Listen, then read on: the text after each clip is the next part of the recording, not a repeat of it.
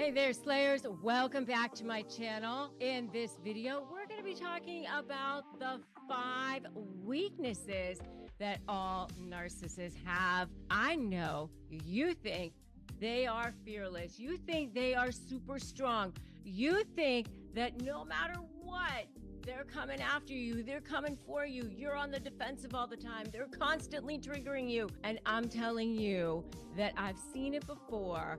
In every single negotiation and every single interaction and every single communication, they are way more afraid of you than you are of them. And I'm going to prove it to you right now by giving you the 5 ways that they're actually more afraid of you than you are of them, because I'm going to tell you in what ways by the end of this video, so stay tuned. So hey, I'm Rebecca Zung. I've written several books. I am an attorney. I've written Slay the Bully, How to Negotiate with a Narcissist and Win, and I've done literally thousands of mediations, taught people all over the world about this. So I've seen lots and lots of narcissists start to cower. I know how to shift that dynamic on them. The very first thing I'm telling you right now is that they are super sensitive. They don't want you to know that. They come in, they act like they're all confident about everything. The truth of the matter is that they're very easily slighted. I always say they hear tones like dogs hear whistles. Even if there's no tone, they hear tone. And you know that that's true, right? They're extremely sensitive. They hate criticism. They hate rejection. They don't want you to know that. This sensitivity, it's right there, right beneath the surface, whether you're dealing with a covert narcissist, a grandiose narcissist, malignant, whatever kind of narcissist you're dealing with, right behind this mask of pretend confidence, right behind this facade, is a person who is extremely hypersensitive to any form of slight criticism, tone, body language, verbal, nonverbal. It could be an eye roll. It could be anything, because they have these deep-seated insecurities, this deep-seated sense of pain and shame. They carry the most pain and the most shame of anyone. The minute that there's any potential crack in the foundation, especially to somebody who is their grade A, top level, top shelf form of supply, they're going to go after that. And that is a huge vulnerability for them. And so obviously when you're going to negotiate with them or you're going to communicate with them, that is something you need to think about that. So in your interactions, think about that vulnerability with some kind of strategic empathy. I call it ethically manipulating the manipulator, strategic communication. You can steer that conversation in a way that will help you with some constructive outcomes. Fluff for favor, vomit later is one of the things I talk about. Fluffing up their ego to get a little something that you want. Narcissistic fluffing, vomit later if you need to, but fostering an environment where mutual respect can start to slowly take root so that you can get something that you want, and you give them a little something that they want, which might be that adulation, so that you can get something that you want down the road. Remember that they're hyper sensitive, so use it to your advantage when you need to, strategically and tactically. Not all the time, obviously. So that's number 1. Does that make sense? If you think that makes sense, give me a yes in the comments below. The next one would overly refer to as social struggles, or that they don't really know how to interact with people. They kind of look to others to know how to display empathy, for example. They don't really know how to interact in the right way when it comes time to showing how to behave when somebody needs to display true emotion or authentic feelings, when they know that they're supposed to, because they don't actually feel those things. So they actually mimic when they're supposed to behave in a certain way, and they know that they're supposed to. They know that they're awkward. They know that they're socially awkward. They know that they can't really form true, deep relationships or friendships. And so they actually try to hide that fact for as long as they can, at least at the beginning of relationships. It's something that they have shame and difficulty with.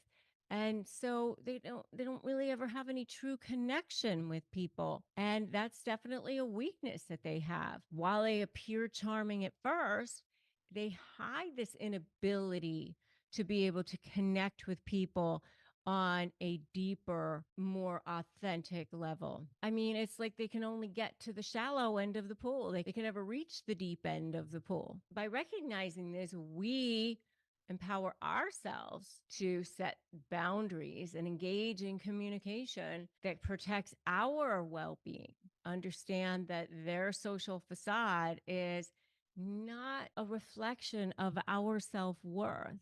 It's really a reflection of their limitations and their trauma and their own self defense mechanism that was put into place a long time ago, their own protections.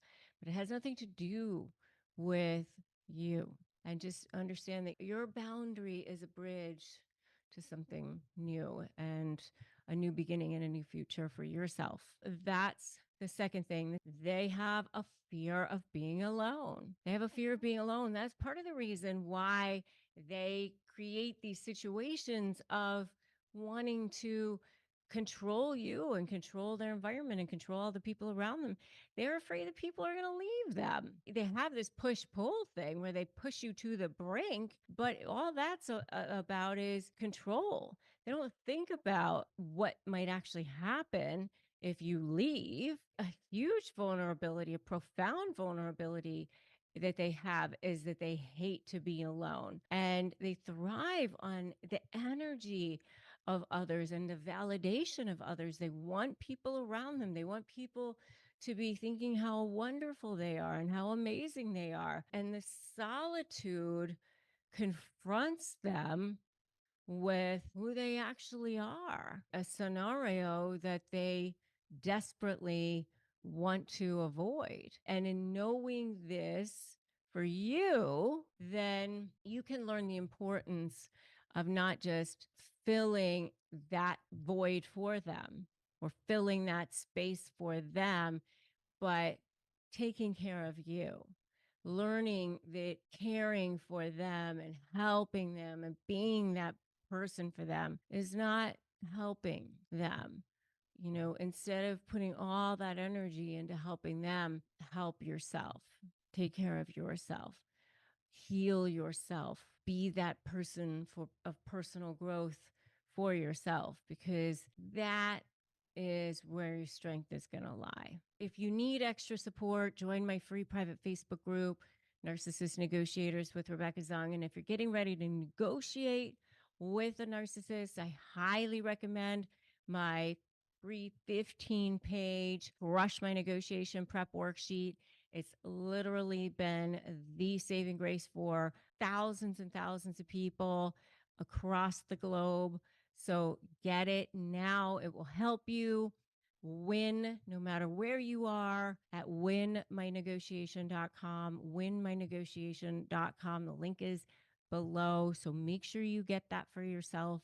It's totally free, winmynegotiation.com. So the next thing is that they have a fear of abandonment. Very closely tied to being alone is a fear that somebody's going to leave them. This fear, very closely related to being alone, is what drives much of their behavior. They seek to control situations, they seek to prevent people from leaving them. They don't want people to slip away, so they hold on to them, they manipulate them. They think that people aren't going to just stay, so they have to lie, manipulate, control, do all sorts of evil, awful things to get people to stay. By you acknowledging what's going on with you and seeing them for who they are and realizing that everything that they do is a manipulation, it will help you have a clearer perspective and seeing them for what's going on. Okay. And then helping you extricate yourself from that web. And then lastly, so important, this is going to help you tremendously when it comes time to getting out and building your leverage, because I talk about this in the SLAY method: strategy, leverage, anticipate, and focusing on you, is fear of exposure. This is going to be so instrumental in you building your leverage. Okay. Fear of exposure. They don't want people to know who they truly are. This completely haunts narcissists. It keeps them up at night. They wear this mask of perfection. They want people to think that they're perfect. They hide their vulnerabilities from the world, even from themselves, to be honest with you. When you understand this, it becomes possible for you to interact with them from a place of strength. Yes, compassion, but not so much so that it drowns you. You have to reclaim your narrative and who you are. Understanding these vulnerabilities, you're not seeking to harm them. You're not seeking to hurt them. You're seeking to empower yourself with strategies for healthier interactions, for a healthier you. Remember, you're not alone in this journey. You can transform yourself, your experiences, from conflict to empowerment, from darkness to light. Let's talk about narcissists and their weaknesses. They seem untouchable. I mean, I cannot tell you how many people I have spoken to, thousands of people from all over the world, who have said to me, I can't win. I'll never win. They always win. They always get their way. They always get away with everything. I will never be able to get the leg up. That is not true. I've heard people who said, don't bother negotiating with them. You can never get what you want. Again, not true. I know the secret, and I tell you exactly how to do that right here in these videos, in my materials, in the free stuff that I give away, in my free webinars, and in my programs. So that's what I'm here to help you do. That's my purpose on this planet. I am on a mission. I am on a personal crusade to help you guys get what you want, get out of these relationships so that, life will be better. And once you conquer that narcissist, once you get what it is that you want, you will see that it will actually change your life in every single way. You will start being more powerful in every single aspect of your life once you do this. This is going to be the hardest thing you ever do, and also the most fulfilling thing you ever do in a lot of ways. So narcissists do have weaknesses, and they go to great lengths to try to hide those weaknesses from you. They don't want you to know that they have any weaknesses. They want you to think that they're all powerful, all invincible. I often think of the Wizard of Oz and how, the wizard had built this huge thing, Emerald City. There's this yellow brick road, this golden pathway to get to this place where he was living. And they all come in and they see this massive, huge head, and I am the great and powerful Oz. And they're all like cowering. And I'm sure at that point, they're all thinking, oh my gosh, there's no way we could ever win. But here's the not so secret secret. The narcissist is actually more scared than you are. You are the more powerful one. And I have said many times, and it's worth repeating again, that the narcissist does not attach themselves to you because you have so little value, even though they devalue you. They attach themselves to you because you have so much value. And they don't want you to know that they're actually the weaker one. They want you to believe that they are. It's the great caper. It's the massive, huge heist thing that they're pulling off and fooling the world.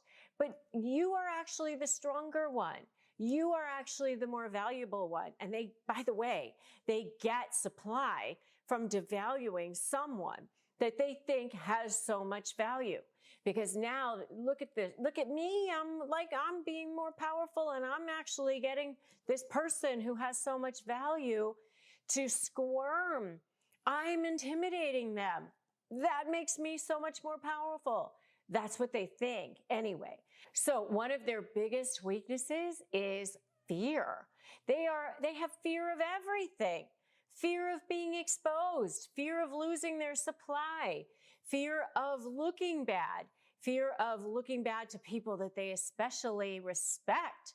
And so therefore, when you are creating leverage in negotiating with them, that's one of the biggest ways that you can, potentially get them to do what you want them to do, is by threatening this source of narcissistic supply that's going to be more important for them to keep than the supply that they get from intimidating you and making your life miserable. So fear is one of their biggest weaknesses and one of the biggest ways that you could potentially expose them. And if you want to know more about this, check out my video on Narcissist Achilles heel, because I go into way more detail in that video as well on what narcissists' biggest fears are. And the second biggest weakness that narcissists have is around decision making. They actually are very bad at making decisions. They take a long time sometimes because they're not sure, they're weighing where they're going to get more narcissistic supply, or if it's going to threaten a source of narcissistic supply, or maybe they'll lose a source of narcissistic supply. They want to keep all of it if they can. I mean, they could hoard it if they can. If supply were a physical thing, they'd actually be hoarders. It would be like stuff in their house. It'd be a fantastic episode of Hoarders, because they really want to suck as much supply as they can from every single resource as they can. It's like an endless black hole that needs to be fed, and it never gets satiated. So making decisions is another one of a narcissist's biggest weaknesses. All right, and the next thing is asking for things. They don't want to have to ask for anything. They feel very weak if they have to ask for something. And so they feel that to get anything on this planet, they have to manipulate it. They can't just ask for it. And if you want to know more about the narcissist manipulation tactics, check out my video on the narcissist's favorite manipulation tactics. Unfortunately, they just can't ever ask for something like a normal person.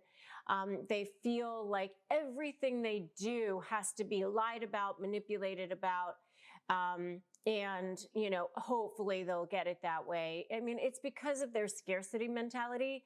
They have this huge scarcity mentality that, I can't share anything, and I have everything I get, I have to beg, borrow, and steal for, and I can't share, I can't give, because I have to, contain it all for myself. And so they just have started, early on in life with everything has to be manipulated. You can't just ask for something. So that's another one of the huge weaknesses that narcissists have. So if you are so ready to expose that narcissist in your life, give me an expose them in the comments right now below. The next biggest weakness for a narcissist is listening. So, I mean, I've had narcissists, they will actually ask me a question, and while I'm responding to their own question, they're already not listening, they're already off. It's sort of a way of devaluing, but even if it would serve them to listen, even if it would serve them to show engagement or act like they care, sometimes they just can't do it. They're like incapable, which leads me to the next one, which is one of their weaknesses, is that they lack empathy. And that's actually, while sometimes they think it's a strength, it's actually a weakness, because they can't ever connect with people. They can never actually demonstrate value to people because they don't want to have to give up on anything. So they actually become their own worst enemies so often, especially in negotiating, because they often are cutting their own nose off to spite their face. So, listening or showing empathy or anything like that sometimes could actually be very, very useful in negotiating. And helping to develop a rapport with people and demonstrating that you care and that you're listening to what it is that their concerns are, so that they may be more likely to give you something in a negotiation. And they just can't do it. They just are, sometimes they lack the ability to do it completely unless somebody has said, hey, you should probably do this. And so I've had situations where one time I was representing a guy who was looking at facing permanent alimony and lots of money every single month to pay his wife.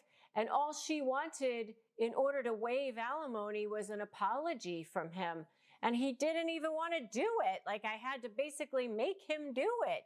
And it's because, he just felt like he was giving a part of himself. Somehow he would be less if he had to apologize in some way. And if you want to know more, by the way, about what's going on when a narcissist apologizes, check out my video on that topic. But, they just can't listen or show empathy, even when it would serve them. So therefore, that's a huge weakness. And the last one are just that they're so insanely insecure. I mean, and that really ends up making them do all kinds of things. They distort reality, this magical thinking, no boundaries, all the different kinds of things that they end up engaging in. If they really are their own worst enemies in a lot of ways, and it's hard to envision that when you're dealing with them, when it feels so powerful. But the truth of the matter is that you can expose them, you can pull back that curtain just like they did with the Wizard of Oz, and you'll see that there's this feeble little soul that's sitting inside there that's super scared. And there are ways to create strategy around dealing with them so that you can get what you want in the negotiation. Let's talk about the 2 secrets narcissists don't want you to know. So they have 2 selves. Let me explain something. Narcissists were created out of trauma. They were not born that way. It's not a DNA thing. It's not like they come into the world this way. We come into the world feeling whole. We come into the world feeling like pretty good. Like, I think I'm a pretty good human. I think I'm a good person. We feel good inside. It's when things start happening to us that we start reacting to the world and feeling like, oh, maybe I'm not so great. Maybe there is something wrong with me. And that happens to all of us, by the way. We all have traumas and triggers and insecurities and feelings of doubt. None of us are immune from that. I wish we were. Certainly I'm not. Those of us who are out there that say we're not, those are the narcissists, by the way. All of us have our moments of that. But what happens is with narcissists is that during their childhood, they were exposed to trauma on a regular basis. Something happened to them that caused them to constantly be in survival mode on a regular basis, that constantly caused them to feel like they were having to be in that fight or flight, feeling. And when you're in fight or flight, our brains emit chemicals. Our brains emit, epinephrine, things like that, that cause us to be able to be stronger, faster, better, so that we can fight or fly, right? So that's where the fight or flight comes from. And when we're children, and this happens on a regular basis, causes the brain to actually have arrested development in the limbic system part of our brain. And then what happens as you get older is that part of the brain then doesn't develop properly. So then the prefrontal cortex part of the brain, other parts of the brain, of course we grow up and the logic part of the brain is, there. But what happens is with narcissists, when they are presented with certain stimuli, which makes them feel like they need to survive, or they feel like where they're again being put in situations which are similar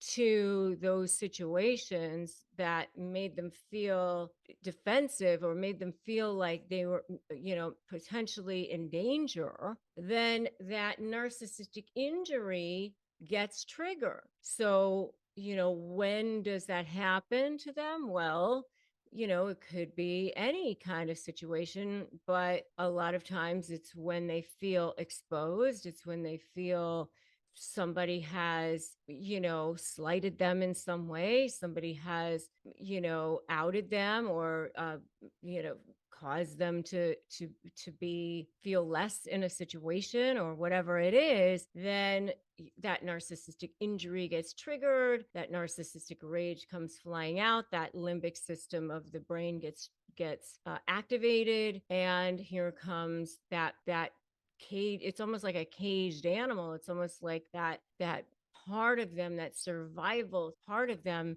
comes out, and they literally cannot help themselves, and they see black and white. It's like that other part of their brain is shut off, and they only see that at that moment. They cannot see the good anymore. They only see the bad. And, so there they are. But the two secrets they don't want you to know are that they have these two selves. What happened when all of this was taking place as children is they almost split into two. They have this true self, which was the scared little self that they hide away, which is almost like a shriveled little, version of themselves that's hidden, it's weak. And then there's the false self, the one that they show the world. And yeah, we all sort of have this somewhat of a dichotomy like that, but they really have a dichotomy. For them, it's a very much of a dichotomy. So those are the two secrets. They've got this true self, and then the false self that they show the world, and that true self is never to be seen by anyone ever, and that false self is the one that they must protect at any cost. And that's why they do not ever want to be exposed. That's why they must layer on that narcissistic supply from external sources by adulation, having the prestigious friends, the prestigious houses, the money, the power, the control. All of those things have to come from external sources, but they feel totally and completely empty inside. And it's that black hole that can never be filled. And they feel like they're desperate for air, starving inside, because they just feel like they can never fill that black hole that's inside of them, that true self that they're hiding away, that scared little self. And that's why I say to you all the time that they're way more afraid of you than you are of them, because that true self that's inside of them is super scared. The problem is that everything they do is transactional. Everything they do is a manipulation. Everything they do comes from that place of fear, comes from that place of manipulation, comes from that place of scared self, that survival self. So really, that's secret number two, is that everything they do is a manipulation. Everything they do is transactional, because they feel like they have to come from that place. They're in survival mode all the time. And they think that you are too. That's the sad thing. They don't really trust that anyone else comes from any place other than that place. They don't trust anyone. They really do believe that everyone has an agenda, that everyone wants something from them, that no one is truly good, so they don't mind taking from other people because they really think that everyone's out for their chips too, that it's a dog eat dog world. They think that it's like that. And it's very sad. If you agree with me, it's so sad. Just put so sad in the comments because it is so sad. But that doesn't mean that you have to be in that space. You can't fix it. You can't heal it. When you go to help them, they're just going to drag you into that quicksand with them. It's not going to help. It's not going to help. You're going to just drown.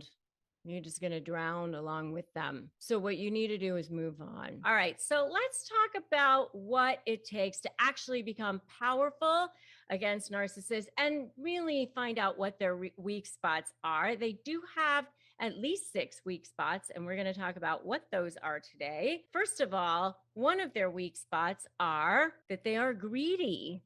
They are so greedy. And yes, I know you might not think that that is a weak spot, but it is.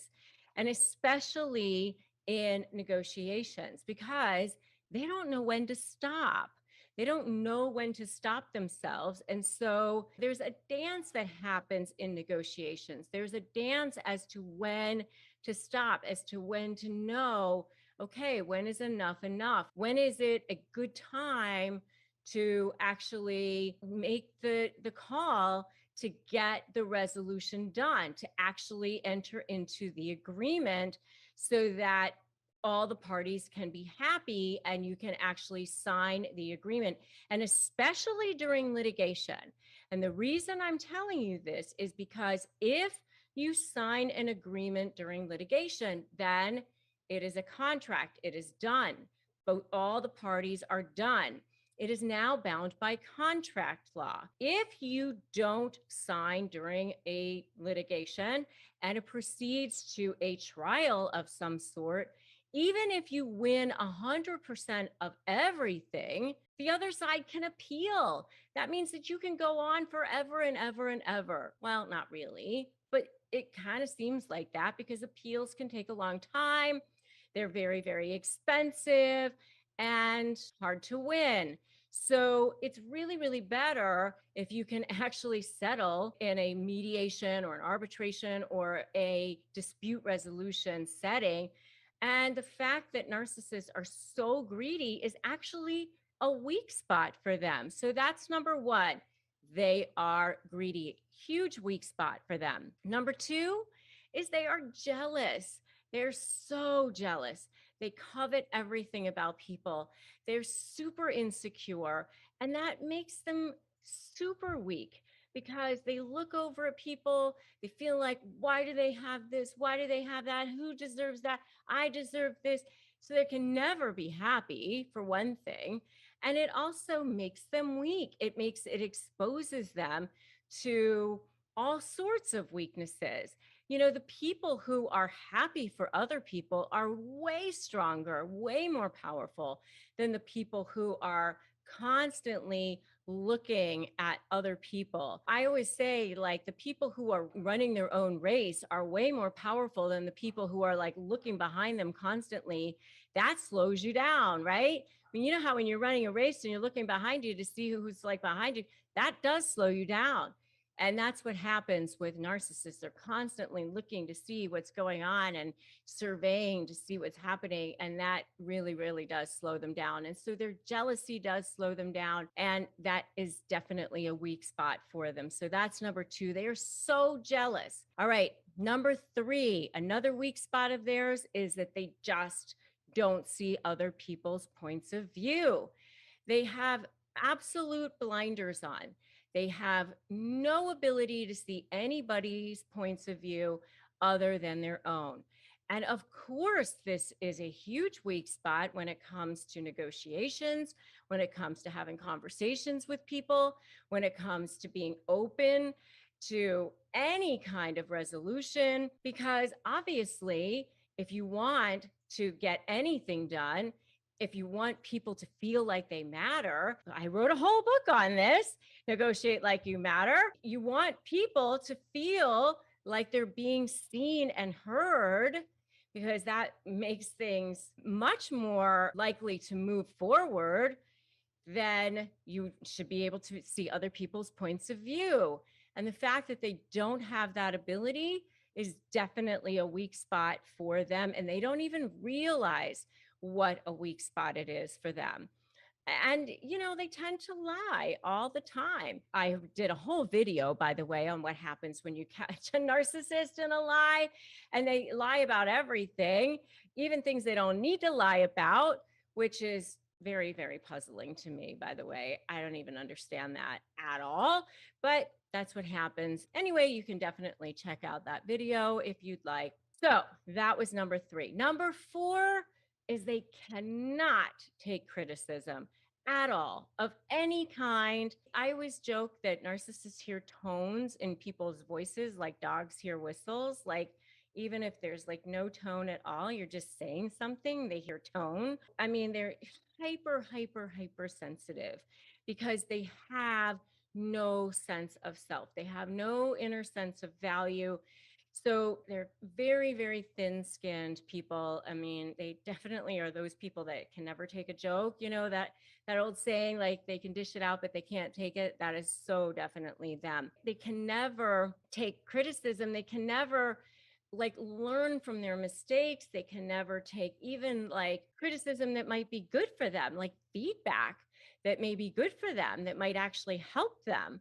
So obviously that is a weak spot of theirs because, it might actually help them to improve. So that is the next one, number 4. Number 5 is that they are just paranoid. I mean, they think that people are after them all the time, even when people aren't. They just think people are against them constantly. They see the world as black and white. They see the world as people are for them or against them. And if they're not for them, then they must be against me. And if this person isn't on their side, then they must be their enemy. They live in this world of friends and enemies and absolutes constantly. And everybody believes this or no one believes that. And it's a very, very soul sucking environment. And if you believe that they're just complete soul suckers, give me a soul suckers in the comments below. Aren't they just like complete soul suckers? I know when I was dealing with it, that's how I felt, like just like energy sucking all the time. So that's number 5. And number 6 is one of their biggest weak spots is that they're liars.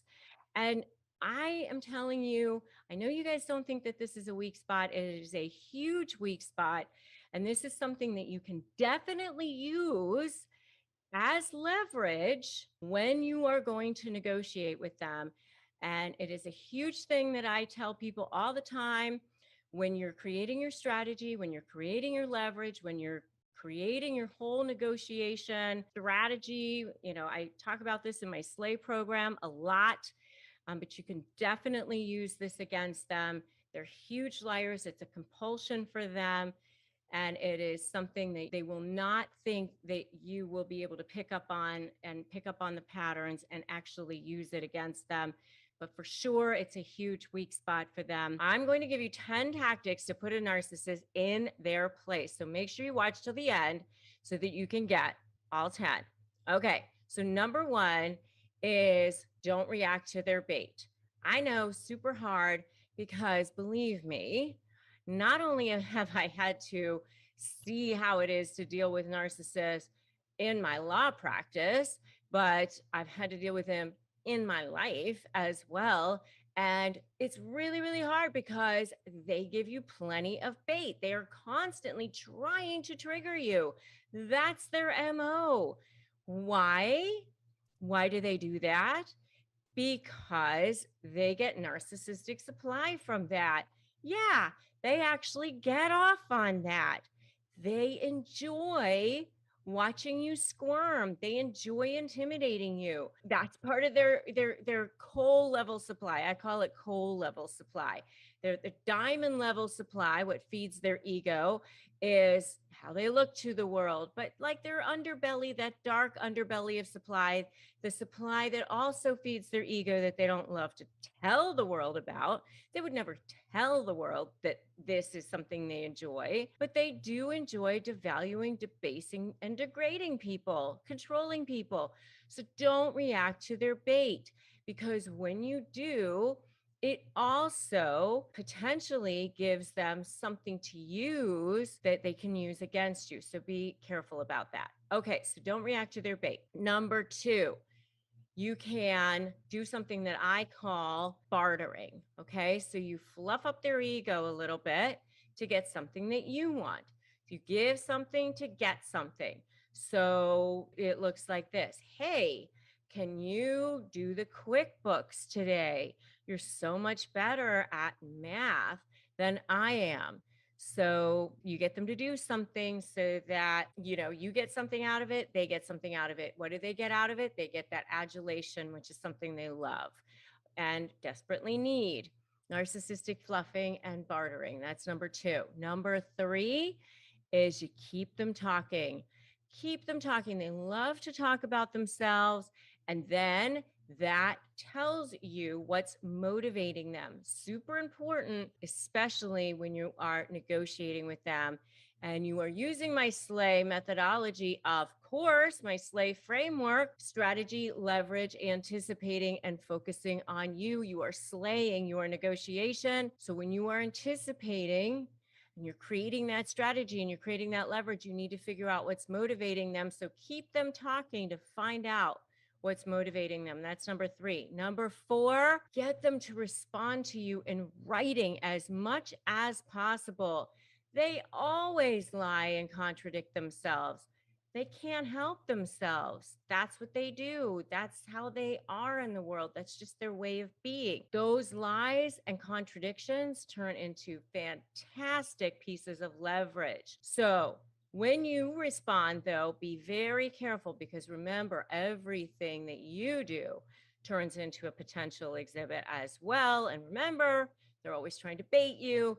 So be careful about that. And I do have an entire video on how to respond to narcissistic text messages. Definitely check that out. Really good video. Okay, number five, call them out when things aren't adding up. Now, be very careful about this, especially if you're dealing with somebody who may be dangerous.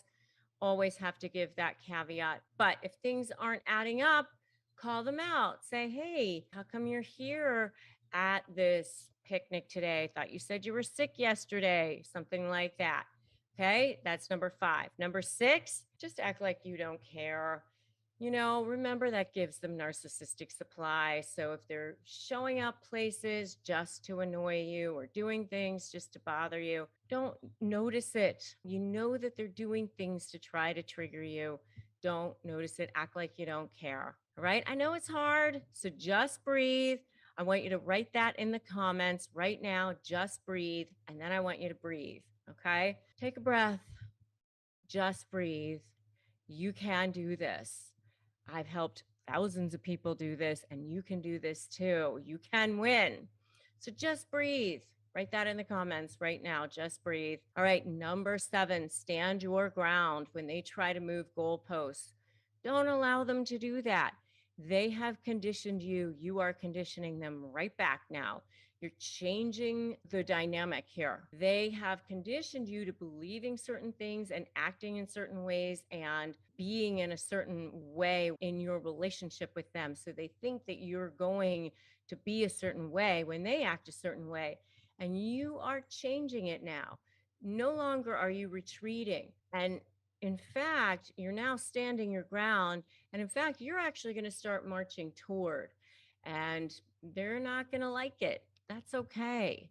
You're going to stand your ground and it's going to be okay. I promise you. In fact, it's going to be better than okay. That's number seven. Number eight, create strategy before making your moves. Please don't just act willy-nilly. You need strategy. Number nine, you need leverage. Create invincible leverage. You've got to have leverage. It's the only way. You've got to figure out a way to create leverage that's actually going to motivate and squeeze them, that's going to threaten a source of narcissistic supply that's going to be more important for them to protect, defend, and maintain than the supply that they get from jerking you around. Super important. And number 10, focus on you, your case, your position. Slay. You're slaying this. You are putting these 10 tactics into place, and these will put a narcissist in their place.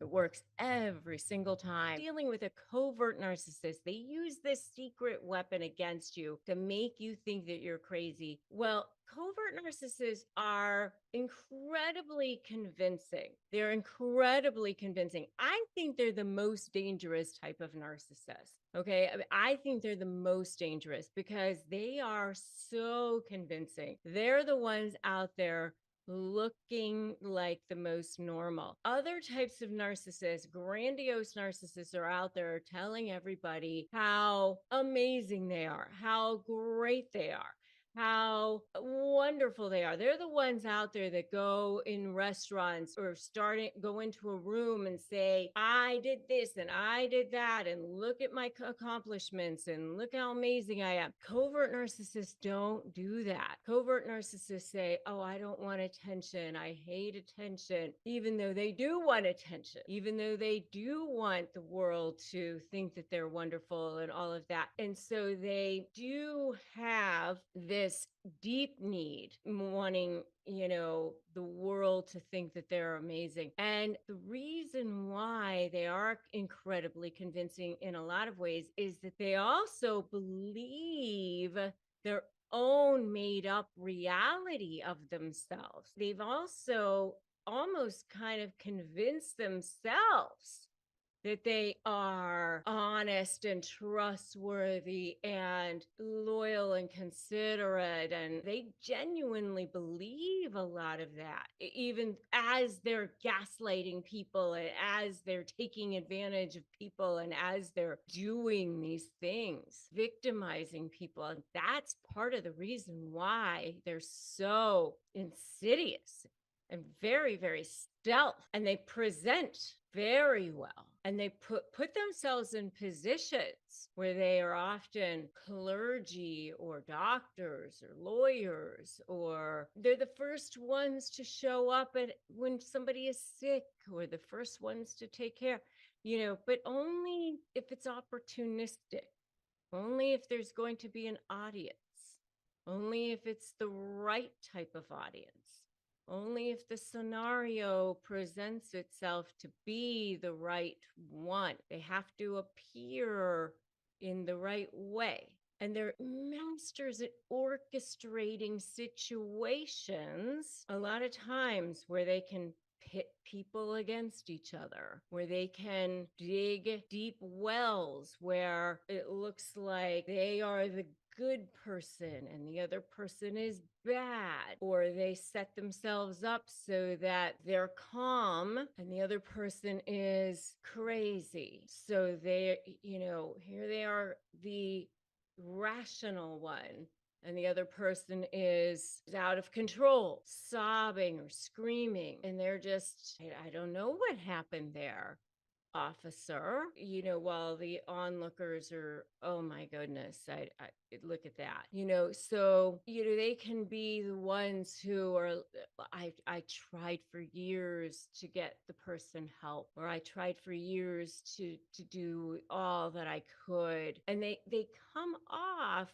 as the likable one. They come off as the calm one. They come off as the charming one in marriage counseling, or, to the therapists, as the much more rational and calm one. And they can get everyone to believe that that's what's going on. They're masters at smear campaigns and at planting seeds, starting the planting of seeds. Oh, I'm so concerned about, how much they had to drink that night. I just, I'm just really concerned about that situation. I just want to make sure that everybody's okay. Ugh. my heart. It's like that. And just lining up the flying monkeys and just starting to groom. And so those are the kinds of things that they'll do. And they start to weave. They start to weave and lead people down these paths, and people are just unaware of what they're doing. They're just unaware of what's happening because they're so good at doing these things and just remaining calm. And so their real secret weapon, and that's what I'm leading to here, is that they are masters, absolute masters of plausible deniability. And what I mean by that is sabotaging and undermining in very, very subtle, insidious ways, but then being able to just look very, very innocent and saying, I don't know what you're talking about. I have no idea. And, so for example, something could be like, I only said something about, I knew somebody said something about their child's birthday or something, and realizing that it was before a date that was something that was going to be inflammatory to something else. And then they putting dates together that are, is going to upset something to somebody else. And then the other person realizes that that's upsetting to this other person. And then they know that it's going to be upsetting to this other person. But then they go, oh, I didn't realize that I said that date and that was going to be upsetting to you. And then the other person, goes, oh, I didn't know. I didn't realize, and they just play it off as if they didn't realize that date was going to be upsetting. I had no idea. I didn't realize. I'm sorry. I didn't realize, that sort of thing. They'll make a dish and give it to the other person, and the dish has something in it that the person is allergic to, like cashews. And then the other person gets an allergic reaction from it. And then they say, I didn't realize it had cashews in it. I'm so sorry. Oh my gosh, that's terrible.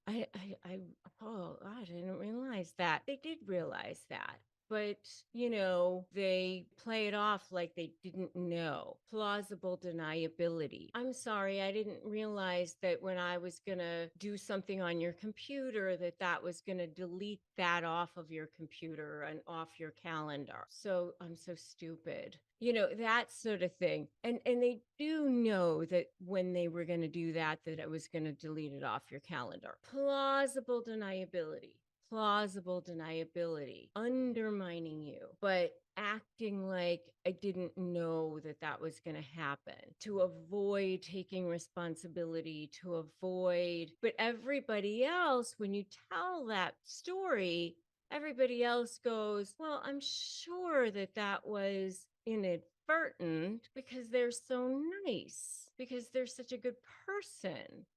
I'm sure that couldn't have been on purpose. Oh, you're making too much of it. That sort of thing. When you try to tell other people, I think you're just making too much. And then when they're telling other people, they go, I was just trying to be helpful. I was just trying to be nice. Gosh, do they really think that I would try to make them sick on purpose? That's just so crazy, that sort of thing. And sometimes I do believe they really believe their stuff. Like, they really think that I would be that horrible of a person, and they start to even believe their own lies sometimes. It actually is like that crazy making. And so I believe that the worst secret weapon that they have is this plausible deniability, where they actually start to make you think that you're absolutely crazy and the world cannot see it. The world cannot see it at all. And you are just over time, it's like death by 1,000 cuts. And it's like not so bad that you just feel like you can go to the world and go, look, this person's beating me, or this person's cheating on me, or this person is that bad. It's these little tiny things over the years that just add up, where you're just sucks at your soul over time, and it drains the life out of you over time. And so that's why I think it's just so insidious and so horrible. And they have this way also of sort of this double language and this double, like saying things, these like kind of things that almost look like compliments, but they're not actually compliments. And it's very, very insidious the way covert narcissists work on you and work on your brain. And they're extremely, extremely toxic and extremely, extremely poisonous. All right, so that's dealing with them. Now let's talk about dealing with our lives. So the first thing you wrote was about, negotiating as if you matter. And so I want to talk about negotiating our lives and getting what we want in life, because that's ultimately why everybody's listening to my show, right? They want more happiness, more money, more success, more peace of mind, more whatever it might be. So a broad question to begin with: what are some of the keys you believe in life to negotiating the life that you want? What are some of the keys you would suggest? The best lessons that I ever learned myself is I learned this from one of my the main business coach that I've had, who's now become one of my best friends. She taught me something. I'm going to tell you what the lesson is, and I'm going to tell you what the story was. Okay. She taught me that people will think what you tell them to think. Yes. And I'm going to tell you the story of how she taught me this. And it's actually a great lesson for negotiating, but it's also a great lesson for life. So what happened was I had been practicing law for about 8 years. And then I left the practice of law for about 2 years to go be a financial advisor, wealth advisor. I spent 2 years with Morgan Stanley. I got my Series 7, my 66. And I thought, I'll have an easier lifestyle. I had a little child at the time. My daughter, who's now 19, was, young. And I was like, I'll have a better hours, which, didn't really work out that way. Right. So after about 2 years, a friend of mine was leaving her law practice and she was moving out of the area. And she said, I've got these clients. If you want, you can take over my client base and start your own practice. So I was like, okay, well, people are not going to be dropping law practices in my lap on a regular basis. Mm-hmm. I'm taking, this opportunity. So I decided to take over this law practice. And I'm talking to my business coach. And I was like, the people in this town are going to think I am such a flake. Like, this girl's a lawyer. Now she's a financial advisor. Now she's back to being a lawyer. Like, this girl does not know what she wants. And my business coach said, people will think what you tell them to think. So true. And she said, you can tell them to think that you're a flake and you don't know what you want. Mm-hmm. Or you can tell them to think that you're the only lawyer that has a financial background. So you are actually more qualified than any of the other lawyers Very good. in town, because, you've got this financial background, and what other family law attorney has that? So good. And I was like, oh yeah, I guess I could do that. And so I started to kind of hold myself out as that. And I can't tell you how many people ended up hiring me because that's how I held myself out.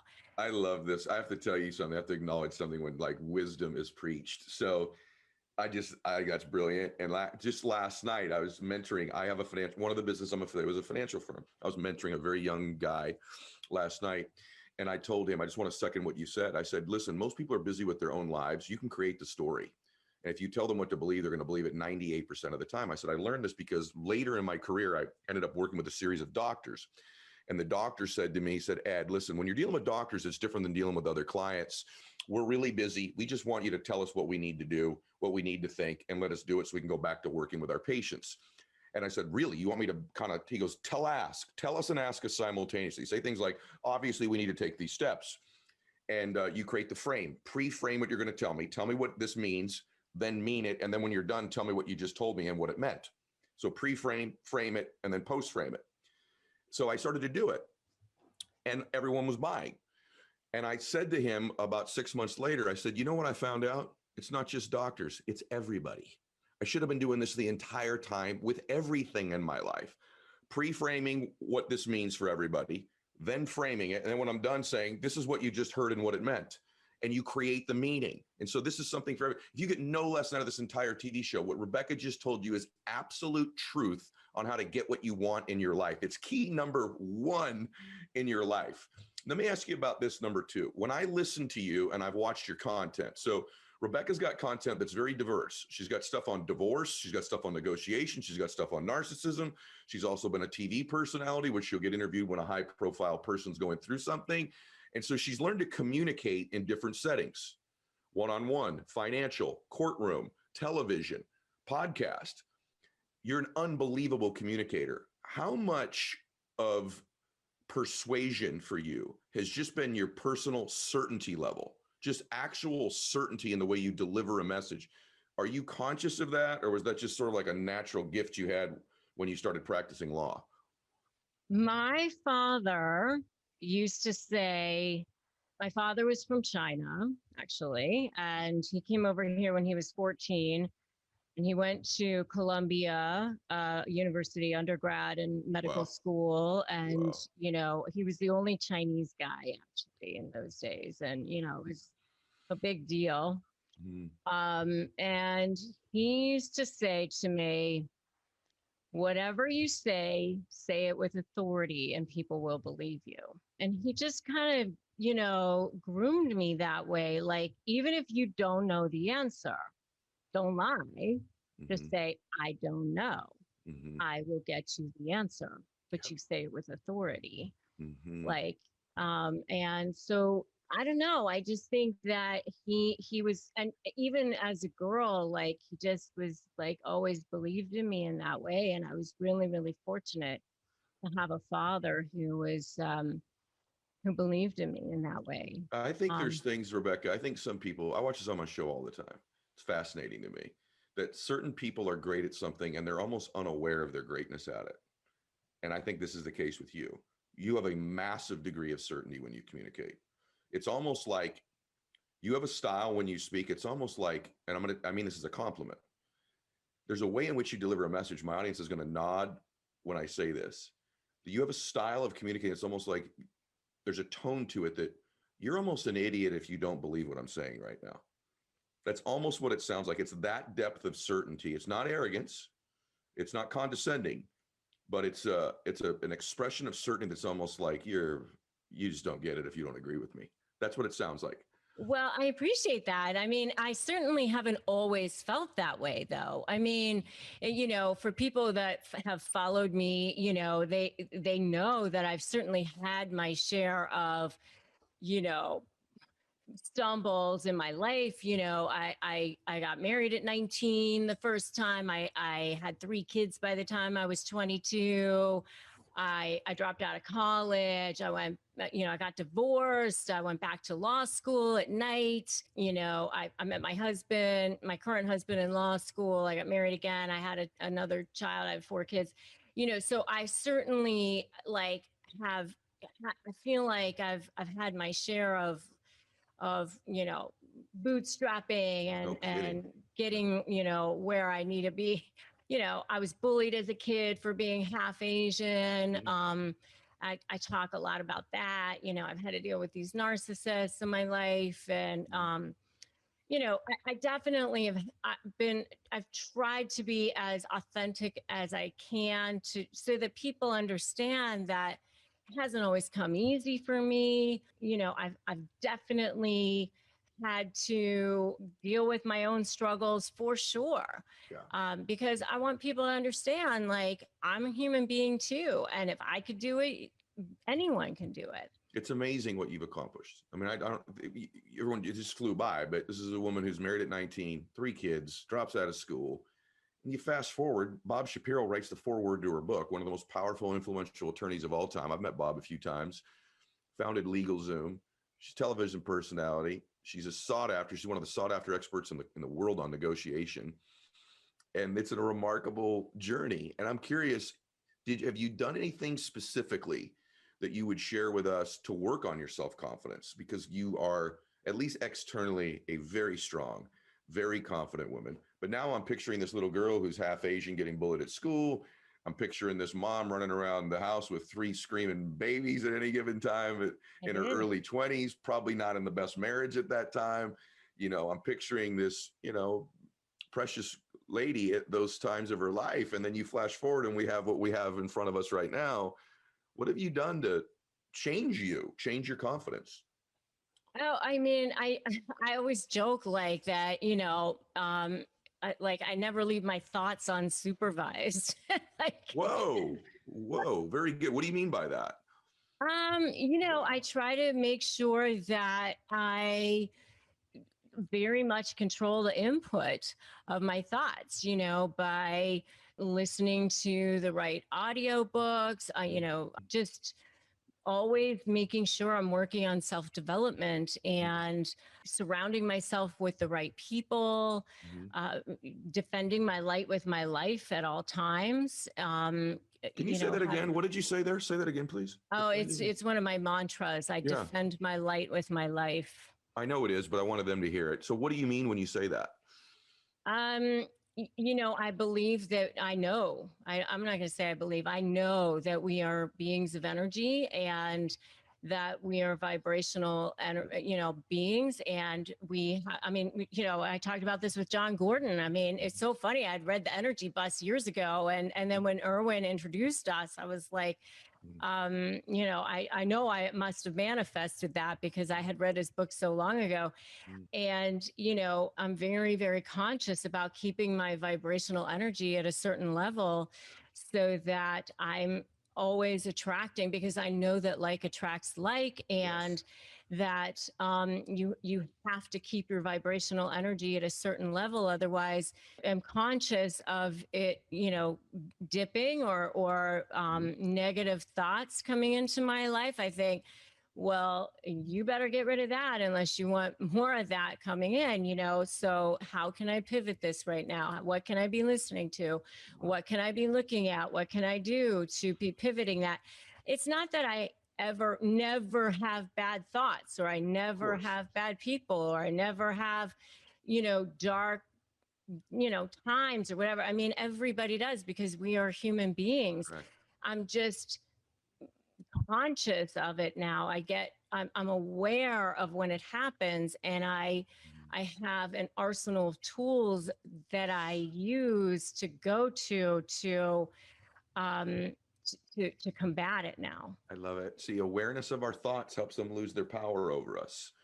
And it's such a critical key that you've just said. Just being aware of your thoughts helps the negative ones lose their power over you.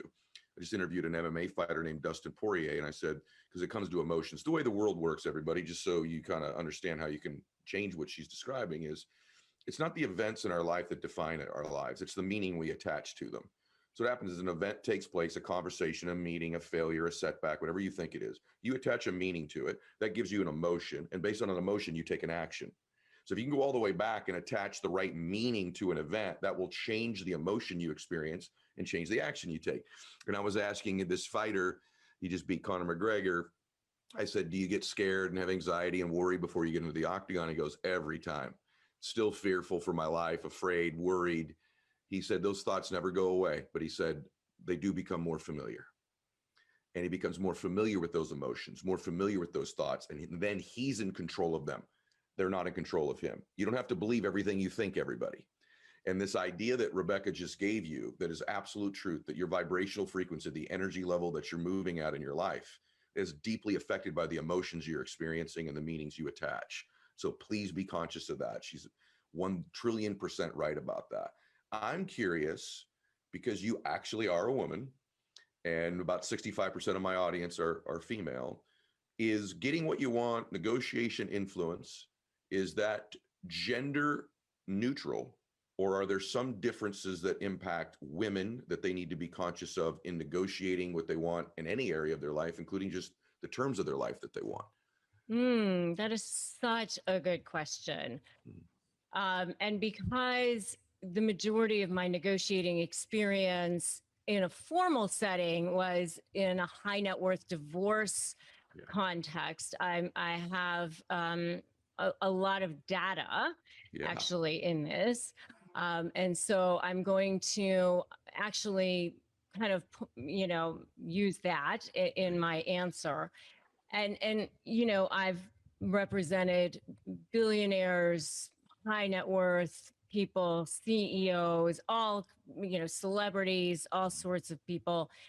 And so what I'm going to give you is, I think, pretty good data. I've represented thousands of people, in both genders, in all walks of life. And here's the thing: men are actually much better at separating their emotions from the transaction at the time of the negotiation. At the time of the negotiation itself, they look at the negotiation as a business deal.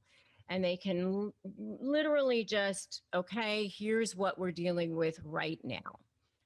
At the time of the negotiation for a woman, because of the way our brains are wired, there's all kinds of stuff going on in the brain. We are wired up that our emotions are actually attached to everything that we do. It's how we are built. It's, in a lot of ways, a very good thing about women. It makes us horrible at negotiating in a lot of ways. And I'm saying this as a woman. And so in a divorce setting, for example, the woman is sitting in front of a husband or a soon-to-be ex-husband thinking, doesn't it mean something to you that I raised your children or gave up my life for you or did all these things for you? And the man is just literally going, how much is this going to cost me? And that's it. He's not seeing that, all those other things. He's just not at that moment. Not to say he's not going to go home and not think about, geez, I'm sad because my marriage is over or whatever, but he's not thinking about it at that moment. Interesting. They just have the ability to put emotions in a different box at that time. Very interesting. It's just how men are built compared to how women are built. Would your advice to women be to be more cognizant of trying to minimize emotion in that business environment or a negotiation? So how I have handled this for women, for all people, is preparation really is the key. And so how much you prepare it, prior to really helps a lot. By having, the research. You've done the research for both sides. You've taken a look at what your risk assessment is. Should I move forward with this? What is my best case scenario? What is my worst case scenario? What will my first offer be? What is my walkaway point? What is my leverage? When should I present it? Where should the negotiations take place? How can I keep my emotions out of it? And the more you can do all of that kind of preparation before you even walk into the room, the less emotion you will feel at that, on the day of the actual negotiation. That's really good. I believe that's true for both. But if you are more emotionally inclined, if you're a man who's got, more emotionally inclined, or if you're a woman, and in your case, you're telling me that that's typically the case, that women will attach more emotion to something, preparation does reduce emotion.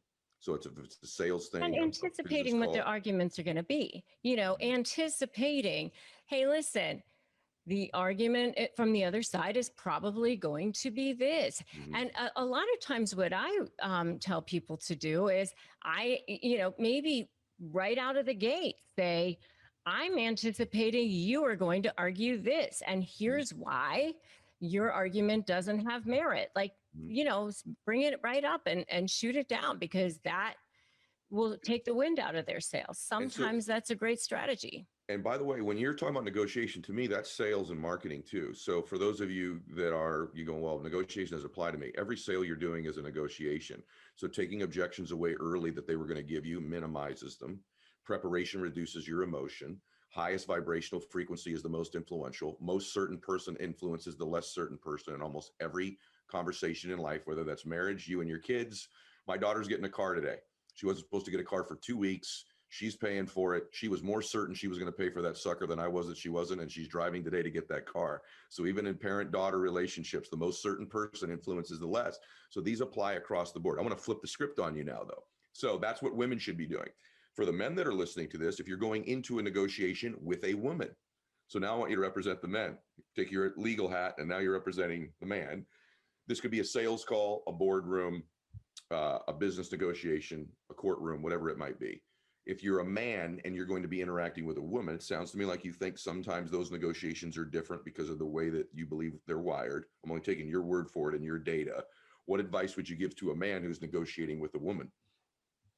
Well, sometimes you do need to be a little bit more compassionate and a little bit more sensitive. I actually had I have a really interesting story for you here. Okay.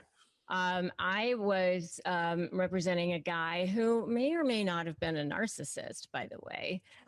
He was, owned one of the largest development companies in the state at the time. And we were at the end of a very long day. He was looking at paying a lot of money in alimony over the course of the lifetime of the alimony. It would have ended up to be several $1 million. And at the end of the night, the mediator came into the room and said, I have a very odd request. The wife said that she will waive alimony completely if he will go over into the room and sit with her alone and apologize to her sincerely for the way that he treated her throughout the marriage. Wow. And do you know that he wanted to say no? He was like, no, I'm not going to do it. He was like, no, I'd rather pay the alimony. And I'm his lawyer thinking, oh, here, for sure, he's coming back at me, next week, going to be pissed off at me for not making him do this. So I'm like, no, you're going over there. And you're That's awesome. Yeah. Did he? So I kicked his butt and made him go over there and do it. And so he went over there and he apologized. And she actually did. She waived alimony. It was like, that's crazy. Yeah. That's wacky. See, yeah. I think that a lot of people in sales or marketing, or even if you're a personal trainer, whatever it is, I think too many people are one-trick ponies. They can attract one type of person. They can win negotiations with one type of person. And that limits your ability to scale your business, scale your life, be influential. I know as a young man, most of the people that liked how I talked, spoke, got involved with me were young, testosterone-filled, former athletes, competitive type, crazy people. And as I got a little further along in my life and my business career, I started to become rather more conscious of what you've described, which is that expressing other parts of my own personality. Upping my game, being able to express emotions that resonate with people that are older than me, younger than me, wired differently than me, different gender than me, different sexual preference than me, different faith than me. And it's to the extent that you begin to be conscious of that, like Rebecca's saying, that gives you influence in your life. And to me, the influence, if you're a good person, is the difference you're making in the life. So if you really want to make a difference in the world, you got to get good at what she's describing. Just such good stuff. By the way, I won't ever forget that story. That's super good. And Yeah. by the way, that Like, lady was crazy. it's That's like, not how good. much is an apology worth to you? Is it worth $2 Evidently, million? evidently an awful lot. And so on that, I'm going to shift back for a second because I'm just curious about this. It's stuff all is one thing to me. It's just life. It's just dealing with humans, right? Just to me, the reason I do the show, the reason I'm a curious person. I surround my people ask me all the time, well, what are your friends like? I would say in general, my friends are just curious people. You know, not all of them are wealthy or famous or successful or none of that stuff. I mean, some are, some aren't. What do they have in common? They're interesting. They're curious. They want to expand how they understand themselves and other people in life. And so that's why like today's so fascinating for me. One secret tactic that is guaranteed to put a narcissist in their place is narcissistic fluffing. And I know this seems so crazy, but it's bartering to get what you want. I call it fluff for favor, vomit later. So what you do is you ethically manipulate the manipulator. You go up to them and you say, hey, can you do the QuickBooks? You are so much better at it than I am. And so then you get something that you want. They do it. And then, if you need to go vomit or shower later, that's fine. But you got something that you wanted and it puts them in their place. You got something that you wanted and they're none the wiser, right? So it's a little secret tactic that's guaranteed to put them in their place. You take your ego out of it. Fluff or favor, vomit later. So that's one secret tactic that's guaranteed to put a narcissist in their place. Another secret tactic to put a narcissist in their place, it's a great way to gather leverage against them, is to keep them talking. They have no idea what you're doing. They love to talk about themselves. They love to tell you all about what's going on. And then you will figure out what's actually motivating them. Remember that what really motivates a narcissist is how they look to the world. What I call diamond level supply, that supply that feeds them, that motivates them, is their ego. So it could be that new girlfriend or that the employees that they work with, whoever it is that makes them, that beefs up their ego the most in the world. It could be those A-level people that are around them, right? Whoever it is that's motivating, that's driving them, keep them talking because they will tell you what's motivating them. They cannot help themselves. And that will help you in the long run. Okay? Keep them talking, find out what's motivating them. That will help you. That will help you put them in their place. Next, the next secret tactic to guarantee to put them in their place is get them to respond to you in writing as much as possible. They always lie. They always contradict themselves. And then that becomes fantastic leverage for you. If you keep track of all of that, then you will be able to put it all together and use that against them as leverage. They will never believe that you actually took the time to put all of that together. Now, remember to use one form of writing as much as possible with them, because if you use text or if you use all these different forms of email or all these different forms of other types of writing, they will use all these different ways to make your life miserable. They're DMing you in your Instagram, in all these different forms, and it drives you absolutely crazy. And on top of that, if you end up having to go to trial with them, you're trying to remember, where was that? Where did that come in? Did that come in through my Facebook messaging? Did that come in through my Instagram messaging? Where did that come in from? And you don't want to have to deal with all of that, and you don't want to have to try to remember that. So you want to try to keep your writing in one form as much as possible. And you really should have it be email if possible. Really should be email if possible, because if it's email, then you have a time and date stamp. It's something that's provable, and it's the least likely to be manipulated down the road. When it becomes a trial exhibit, they're much more difficult to be entered into as evidence, because when you go to use them as trial exhibits, they want the entire conversation usually. And so texts are not usually great for trial exhibits. You usually need to have an entire conversation. And that's why email serves as a better form of writing. And I really do recommend that when you're talking to narcissists, because they will lie. They literally will say something and then completely contradict themselves in just one conversation later. They will say, I don't want to have to be in this job anymore, whatever they say.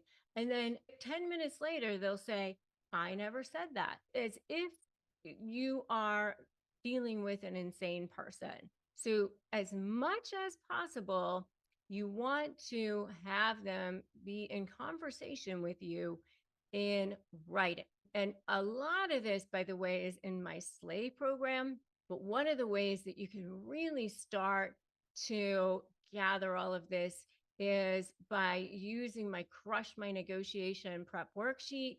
It's a 15-page ebook, which you can definitely get at winmynegotiation.com and get that free ebook and get started with that. If it's everything all in one place.